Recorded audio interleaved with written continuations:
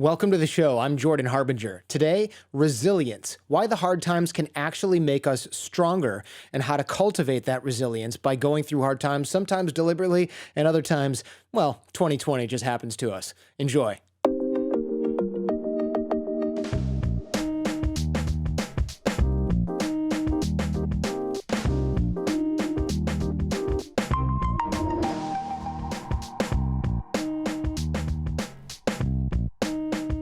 Welcome to the show. I'm Jordan Harbinger. On the Jordan Harbinger Show, we decode the stories, secrets, and skills of the world's most fascinating people.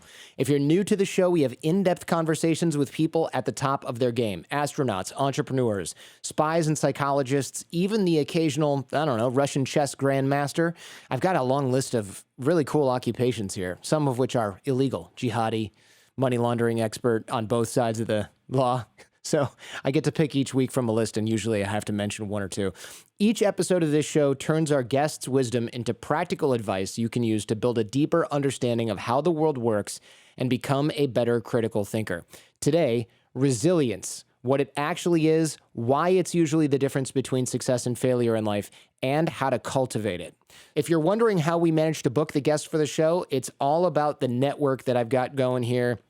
Gabe, of course, your network is also to be rivaled. I'm teaching you how to build your network for free over at jordanharbinger.com/course. And by the way, most of the guests on the show subscribe to the course or contribute to the course in some way. So come join us. You'll be in smart company. So here we go. Our first Stereo Sunday segment here on resilience with Gabriel Mizrahi. Gabe, thanks for joining me. Yeah, my pleasure. Thanks for having me. And so happy to see you guys on Stereo. Yeah.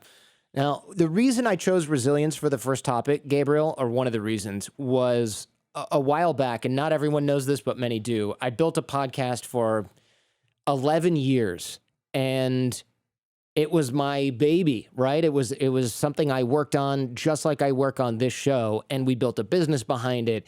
And I just wasn't getting any help from my business partners at the time. Just virtually, help isn't even the right word. I was getting dragged down and stopped at every turn. And we had a split, and it was supposed to be amicable, but it ended up not being amicable. And so one of the things I had to do, if I didn't want to be business married, in a partnership with people that I thought were horrible, I had to leave the show behind. And I was supposed to get the show in the split, but I knew that these were dishonorable folks and were not going to abide by the agreement that they themselves had drafted. So I simply started over with the Jordan Harbinger Show. And that event itself isn't the important part, but what is important is I just felt like the rug had been pulled out from underneath me. It wasn't really a surprise, right? It was just a really uncomfortable feeling. It felt terrible. It felt hopeless. I had to pick up the grit to continue.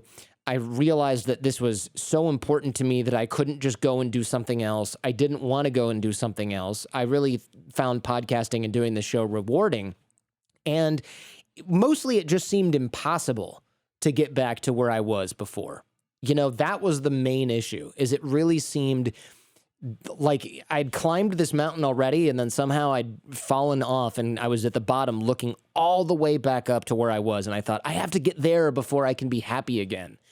And that feeling sucked. That was horrible. So I know from personal experience that resilience is a quality that is literally life-defining. It can make or break a career. It can open or close doors, and it can mean the difference between failing and succeeding, which is why we wanted to talk about it on our first episode here of Stereo Sunday. So, Gabriel, what is resilience really? Because I don't want it to sound buzzwordy or annoying. Sure. Yeah. Well, when we talk about resilience, what we're really talking about in very simple terms is just the ability to survive the ups and downs of life without taking too much of a hit. It could be the situation you just described, losing your company, losing your product, losing your career and having to rebuild it from scratch. It could be losing a loved one. It could be thinking that you were in a stable relationship that was going to last forever, and then finding that you're sleeping on somebody's couch because you're out of an apartment. There are so many different ways that life can hit us, but resilience is really about staying connected to that goal, to that project, to that person or a situation, really anything that you want to do, anything that life throws at you, without giving up, without getting buried by it, or without suffering too much. So also, look, if we want to get even fancier about it, Harvard University, I don't know if you guys have heard of it, kind of a big deal. They have a place called the Center on the Developing Child. They put it this way. They said to be resilient is to adapt successfully to disturbances and to resume positive functioning following adversity, following trauma, following tragedy or threats, or any significant source of stress. And to do that while avoiding deleterious behavioral and psychological changes. So in other words, we're talking about our ability to handle difficult events, stressful events, trauma, if you want to get a little dramatic about it, to handle all of that without falling off or going crazy or basically getting mentally or emotionally hurt in the process. So you could call resilience grit. You could call it, staying in the game. I feel like that's what my dad would probably call it. That's what every dad would call it, right? Yeah, I think so. If they're a dad, if they don't call it staying in the game, are they really your dad? That's my question. Or you could call it, which a lot of, pop psychology books now are calling it stick-to-itiveness. That's very grandfatherly. I think stick-to-itiveness is what grandpa calls it. Staying in the game is what dad calls it. We're going to call it resilience. We call it is getting through trauma. Yeah. So whichever word we use, it all comes down to the same thing, which is hanging in there when the going gets tough. But I think, Jordan, we need to talk a little bit about why resilience matters, because it seems obvious why it would matter to be resilient, but it's worth exploring that. Let's talk about that for a second. Right. So this might seem obvious, but it is a fair question because we all know that there are people out there who succeed. They succeed without having much resilience at all. Although I would argue that there are very few of those people. And there are also people who seem to have a ton of resilience who never succeed, unfortunately. So does resilience really explain the difference between success and failure? I think that the answer is yes, although it is definitely not the only variable at play here. But when you look at top performers in any field, what you almost always find is this common quality of not giving up when things got really, really hard. And that's because anyone who's ever performed at that level has experienced their fair share of struggle. And when you struggle, that's when you have to take a step back, really look at yourself, confront the limits of your ability, which might really be horrifying and uncomfortable. And then you realize how much harder you have to work and accept how difficult the world can be sometimes. And that's a mouthful, but it really is painful to do that. It's like that's the mountain looking, falling off the mountain, looking back at the top and being like, but I thought I could fly, right? That's that sort of gap between where you are and where you think you're supposed to be. And that's really what causes a lot of the pain. So bridging that struggle, surviving it, pushing through it to try again, that's about processing the difficulty and taking that lesson into the next attempt. And that right there, that is resilience. If we didn't face adversity, and who doesn't face adversity in some form? If we didn't deal with adversity, then we wouldn't need to be resilient. Resilience is a quality, a mindset that is developed in response to struggle. So if life is made up of struggling, then life also requires resilience. And if you're going to get ahead in this world, the more resilient you are, the greater your chances of overcoming adversity and succeeding. The less resilient you are, the more likely you are to hit a wall and then just give up or drop off when the going gets tough. And that's why resilience is such an important quality to develop, in my opinion. Anyway, that's why resilience is so key to develop. And I credit it with the reason that I didn't just quit and then, go back to the law. So how do we cultivate this, Gabe? That's the key, right? Okay, we've sold people on the fact that they need it. Now, how do they build it? Well, before we talk about that, we do have to take a quick detour through the science of resilience. A ton of new research has opened up in this area over the last 2 decades. I promise to keep this brief, but it is so interesting and it's really important. So we're not just, sitting around here talking about just stay in the game when things get hard. There's actually empirical research behind this and some really interesting science. So we just want to touch on that. Most studies about this topic, they all arrive at the same conclusion, which is that it's not really about how much adversity we face in life that determines our level of success, but how we respond to that adversity. And there's this one guy in particular, his name's George Bonanno. He's the head of Loss, Trauma, and Emotion Lab at Columbia University. Yes, they have a whole lab just dedicated to that. He's one of the top researchers in the field of resilience. And what Bonanno was interested in was why some people seem to be able to withstand adversity while other people just don't seem to have that ability. Like, why can some people stick with things when they get really hard and other people just seem to give up or lose hope? And he looked at a bunch of people with different personalities, different life experiences who responded differently to the challenges that they faced. And what he found was really interesting. He found that the variation in resilience among different people, that really comes down to how they think about a stressful event.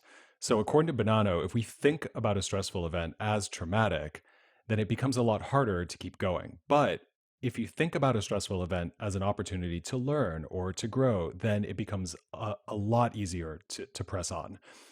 In other words, resilience is really about perception. It's about how we perceive those challenges rather than what the challenges are actually doing to us. Because in Bonanno's view, there's actually no such thing as a traumatic event. And he said something interesting. He said, events are not traumatic until we experience them as traumatic. Now, look, we can debate whether that view of trauma, if that's 100% Yeah, correct. Gabe, But like I'm thinking, I'm like, this guy. Oh yeah, hey, that event that happened to you that was horrifying. Well, it's neutral, but your mindset is wrong. That's like that's a guy who's just itching to get punched in the face, I think. and it's also a recipe for denying very real challenges in life that will come back to haunt you in 10 Right. years when you don't deal with them. So fully recognizing that, I think we can also say that he is making an interesting point, which is that people who respond well to stressful events, they tend to extract some kind of meaning from them or some kind of significance from them. In other words, it's not the events themselves that are causing a lot of the pain, but how people think about them, how they process them, how they respond to them. So,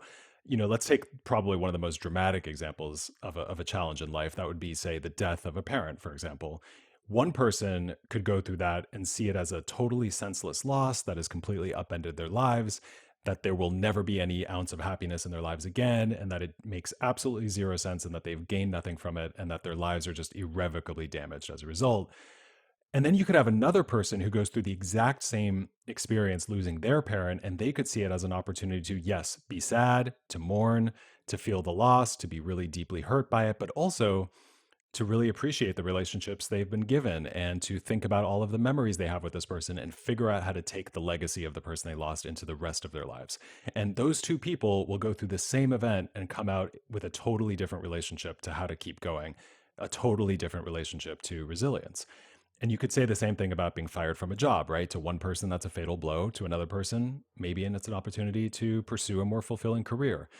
Of course, these stressful events that we're talking about, they can be both, right? They can be devastating and they can be eye-opening. They could be terrifying, as Jordan described it, or they could be instructive. And that's exactly the point, because that was really Bonanno's big finding. He was saying that traumatic events, they don't really determine your outcomes in life on their own. In fact, exposure to traumatic events in life doesn't actually predict people's functioning in life later at all, unless they have a negative response to them, which means that our minds are much more responsible for processing adversity, processing trauma than we actually think. And the good news about that is that we do not have control over everything that happens to us in life. I think we can all agree on that. But we do have some control, maybe even a lot of control in some cases, over what that stuff means. So we can't control the hurricane that destroys our home, and we can't maybe prevent our parent from dying or taking a loved one away or whatever it is, the economy, let's say, that leads to our company downsizing. We can't control most of that, but we can decide how to interpret those events, decide how we think about them and how we respond to them. And yeah, look, this is not the full story. I think you can tell that Jordan and I are both a little bit skeptical about this view of trauma, but there are for sure a ton of variables that play a role in how resilient we are. Bonanno and another researcher, for example, they found that things like gender and age and ethnicity, education level, even health, chronic disease, these all play big roles in resilience. So we're not just trying to like paint a very simple brush here and say that it's just about how you think about things. But it's also true that the secret to developing resilience, that is in working on the stuff that we can control. And that's where we can really help ourselves to learn to weather the storm. So resilience is something we can learn, but we can't learn it in the way that we learn like French or how to play a game. Grit is not some technical skill or a fixed framework or a thing that you can take a webinar on and just be fluent in. That would be awesome, but it's not the case. It's really a process. It's really a mindset. And like most processes, like most mindsets, that's an ongoing thing, something you have to actively focus on cultivating throughout your life. And it really starts with this idea of framing and processing the things that happen to us. So maybe we should talk about that a little bit, Jordan. Yeah, I think just as we talked about, it is not so much what happens to us in life that determines our resilience, but how we interpret what happens to us instead. So in interpreting what happens to us, that means experiencing whatever adversity we experience, trying to find the meaning in it, whether that's a lesson, an insight, a realization, a new opportunity, whatever it is, and using that meaning to keep going and be better. Going back to what I talked about in the beginning, the adversity with the old company, that could have just been like a really shitty situation. But instead, I tried to extract meaning from it. So what was it trying to teach me? That I needed to build something of my own, and that I'd probably waited too long to do it, and that what I was doing was the right thing because I cared a lot about it. You ever, Gabe, those people who get fired from a job and they're like, I don't even care. I didn't like that job. That's a Right, good totally. sign, right? That Right, you don't like, when I was on Wall Street and I got laid off from that job because the whole firm was going under, I didn't take it personally, and I wasn't like, oh my God, what am I going to do? I was like, this is probably fine. And I remember just having almost no reaction to that at all. Interesting. And being mostly excited to do something else. That was a pretty obvious sign, right? So what was it trying to teach me? What was it trying to show me? Going back to the company example, that I had a ton of amazing relationships and an opportunity to rebuild from scratch. And what was it trying to remind me is maybe the third an important question here, that it was time to move on, that I had to chart my own path. And like I said before, that I'd waited entirely too long to do so. And the automatic response to that stressful event of getting fired or losing your show, look, I let the stressful event just bury me. And that was what the trauma wanted to do when I was just getting punched in the junk over and over and over. The moment I started trying to figure out what that stressful event meant to me, and what I needed to do as a result, which was basically pick myself up and start a new show, the stressful event just had less influence over me. In fact, in a weird way, it helped me. It motivated me to move really quickly. It taught me how to do a better job of building my new show going forward. It made me realize how badly I needed to be in control of my own company, and should have been for a while. And the difference for me between being destroyed by the news and being empowered by the news was how I chose to understand what was happening. And I didn't make that choice in a snap or do it overnight. It took a while. I had a couple sleepless weeks here. So the first key to resilience is making meaning out of adversity, creating significance out of suffering, finding the value in tough times, treating challenges like a teacher, deciding to figure out what the pain means for us rather than letting all the pain tell us what it decides to mean in that particular moment, right? But let me be clear here. I'm not talking about spinning every blow into an automatic positive and smiling our way through trauma and burying our head in the sand when bad things happen. That is not meaning making. That is delusion. It's toxic positivity. I'm talking about being honest about what life's challenges can offer us, good and bad, and exploring the full significance of our stresses so we can stop being objects of trauma and start becoming students of trauma. So make this a new practice here, to explore the meaning of life's challenges. Experience the stressful event beyond, well, you probably don't have a choice about that part. That's happening either way. That's happening either way. Right. But be honest and realistic about what's happening. Don't deny the reality of your adversity. Just accept it for what it is. Don't try and go into burying your head in the sand mode. Like, don't ignore it. And then question it. Investigate why it's so painful, why it's so devastating. Sometimes the reasons are complex, right? For me, it wasn't just like, I'm never going to be back to where I was. I have to start over. It's going to be so much work. It was like, oh, but I care about all the people that were listening, and I care about all the content that I created over years, and I care about the path that I was on and things like that. That was also part of it. And it gave me something to look forward to, because I was like, well, wait, I can get the audience back. I can create new things that are better than the old show was. And who knows, I can win those intellectual property assets back in a lawsuit, which is what happened. So, for example, right? So what is it trying to teach you, and what do you not understand that you now understand? What did you not understand that you now understand? What information is the event revealing to you? And what new ideas, questions, or values are you now exploring because of that? And then last but not least, why is it happening right now? I'm not an everything happens for a reason kind of guy at all, but usually timing can be fortuitous. And if you think about the advantages that certain timing has, especially 2020 hindsight, it's usually pretty good timing, because you're going to make it good timing because it's the only timing you have anyways.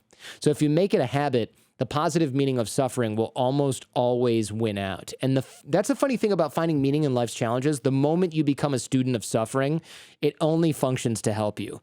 And if adversity helps you, then you're already becoming resilient just by thinking about your challenges in a new way. Where do we start with this though, Gabe? I know that relationships plays a nice part in resilience. It certainly did for me.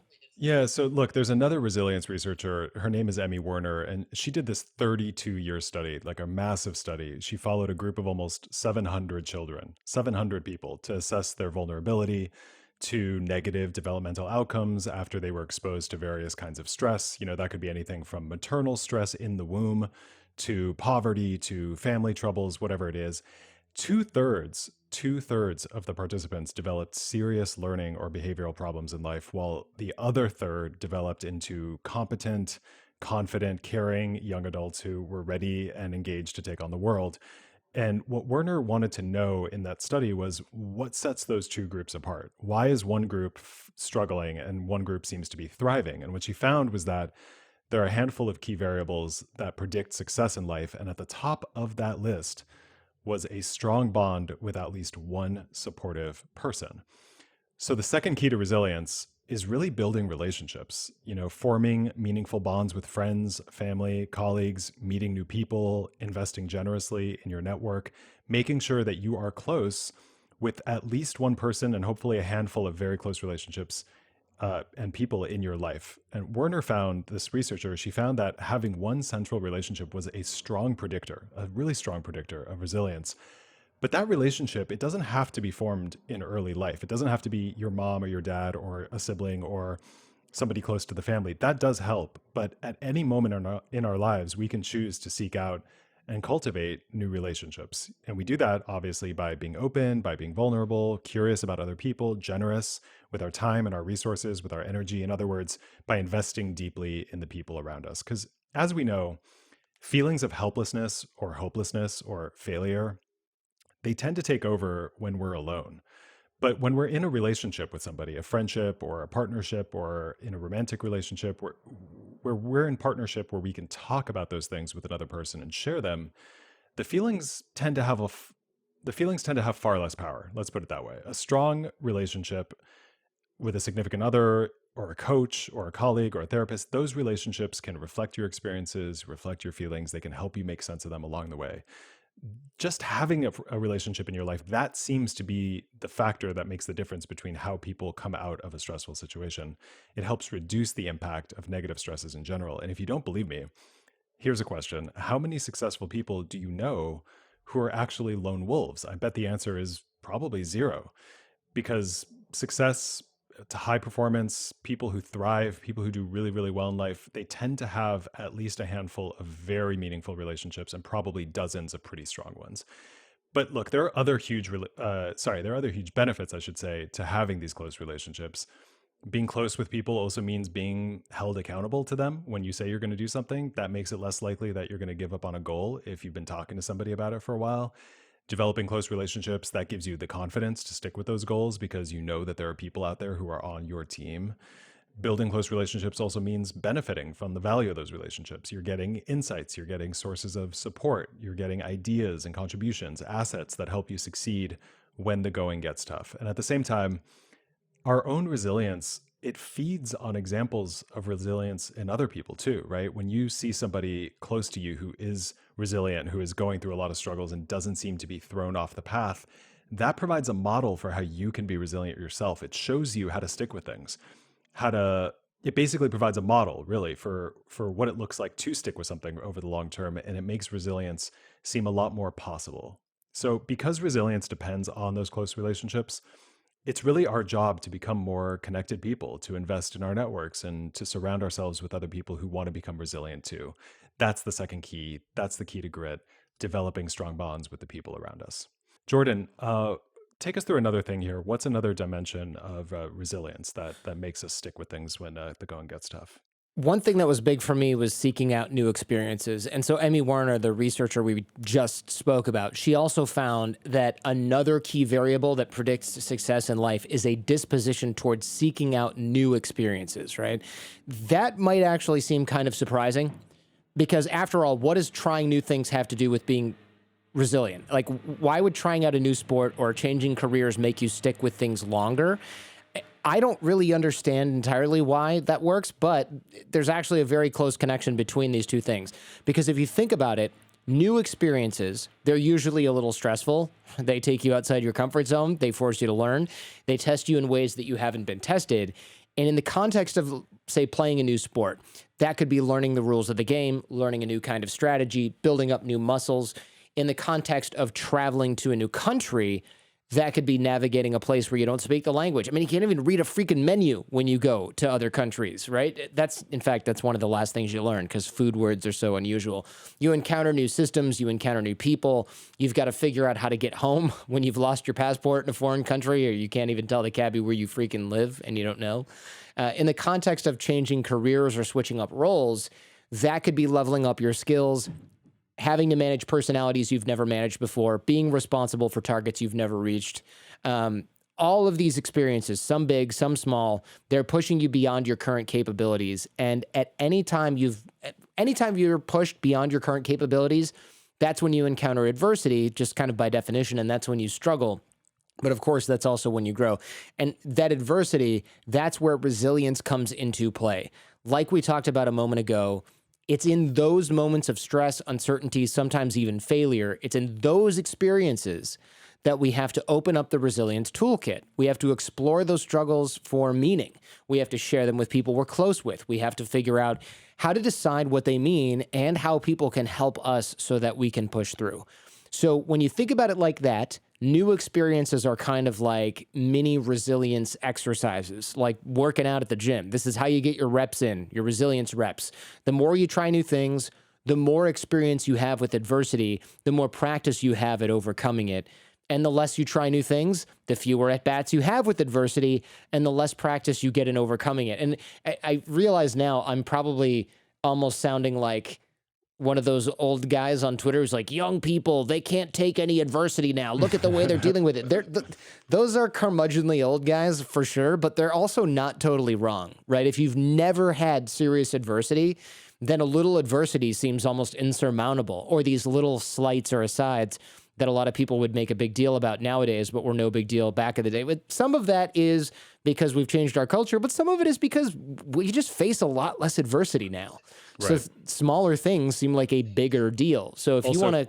Also, can I just point out that in the middle of a pandemic where so many opportunities for new experiences have gone away, so you're not, showing up to the office, you're not having spontaneous conversations or being pulled into random projects that you've never done before. So suddenly you have another source of new challenges goes away, and then you're sort of stuck in your house and you're doing the same thing day after day, and you're not, I don't know, going to the gym. So you're not trying new classes and you're not encountering new ways to work your body, or in almost every aspect of our lives, it almost feels like things have gotten so steady and uniform. Just every day is like Groundhog's Day. So that also, I think, makes it a little bit harder to be resilient when you're not being exposed to so many sources of challenges. Even if they're tiny challenges, they do make a difference in how you perceive new events and how you get through them. So if anybody, and I'm speaking for myself, but I'm guessing that there are other people who feel this way. If anybody is feeling like they're not particularly resilient these days, I would not be surprised. I think that's probably one of the unintended byproducts of this quarantine. So the third key to resilience, seek out new experiences. They could be big, they could be small. Try out a new workout, plan a fun trip. Trips might be a little tougher now, depending on when you're listening to this, right? But test out a new skill. This is a great time to learn new skills. There's not a whole hell of a lot else to do. Take on a new project at work, at home, befriend someone unexpected, try a new artistic medium.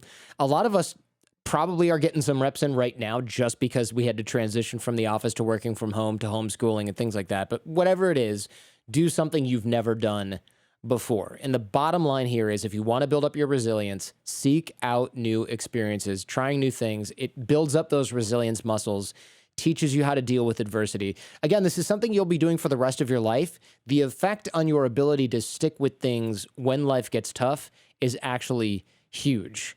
Gabe, let's take it home a little bit here. Yeah, so look, we've talked a lot today about how to develop resilience. We've probably used that word way too many times. But it's a little barfy right now. Let's try and reel it in. But here's the thing. The truth is, it's not a skill that you can just acquire once and then never have to work on again. It would be nice if that were the case. I wish it were the case. It's not, like I said, it's not like learning a language or riding a bike and it just sticks in your brain somewhere and it's always just there and you can draw on it. It's really an ongoing project. It's almost a quality that you have to have a relationship with. I'm so tempted to use the word it's a process right now, but I'm not going to do that. I'm going to stop saying the word process. And I'm just going to say that it's something that we will probably always be working on for the rest of our lives. And the truth is, no matter how resilient you become, you can always become more resilient. I mean, you can always build up more grit, and you probably should, because I don't know if you can ever have enough of it. I mean, the more goals you take on, the more projects you take on, the more challenges you go through, the more resilience you need. And I think we talked about that in the context of career. We talked about that in the context of losing somebody close to you. But you could look at that, you could look at the role of resilience in anything. I mean, relationships, for example, is a big one. We talked about how important close relationships are in building, in building resilience is what I was trying to say. But relationships are not just a bunch of people you follow on Twitter or a group chat, full of people you put together at a party. Close relationships, meaningful relationships, those grow over a very long period of time. They're really the byproduct of the value that you share within the relationship. They develop from actually, relating to other people, which is another hard thing to do in the middle of a pandemic. So it's not like going out and making a new friend at a bar is automatically going to make you more resilient, but meeting somebody, investing in them, deepening your relationship with them over a long period of time, sharing your struggles with them and letting them share their struggles with you, that does contribute to resilience. And that process, shit, I just said it again. I You promised I wouldn't use the bastard. word process. Yeah, it just slipped How right out. dare you? You know what? Let's just go with it. That process, the one I just described, of Yes. building a relationship, that does last years in most cases. So in the attempt to become more resilient, don't just seek out, more relationships, because if I can just have more people on Facebook, then I will be able to weather the storm better. That's not obviously how it works. It's about seeking out better relationships and making them stronger, relationships that you go through over a long period of time, which, by the way, also usually means fewer relationships, but ones that are ultimately deeper. Hope you all enjoyed that. You can find a lot more just like this, along with some great interviews, on the Jordan Harbinger Show podcast feed. You can find that in Apple Podcasts, Spotify, or wherever you're listening now. Now, click here for an interview with Amanda Knox. Speaking of resilience, this girl went through hell and back, the one and only Amanda Knox. And of course, click here to subscribe to the channel.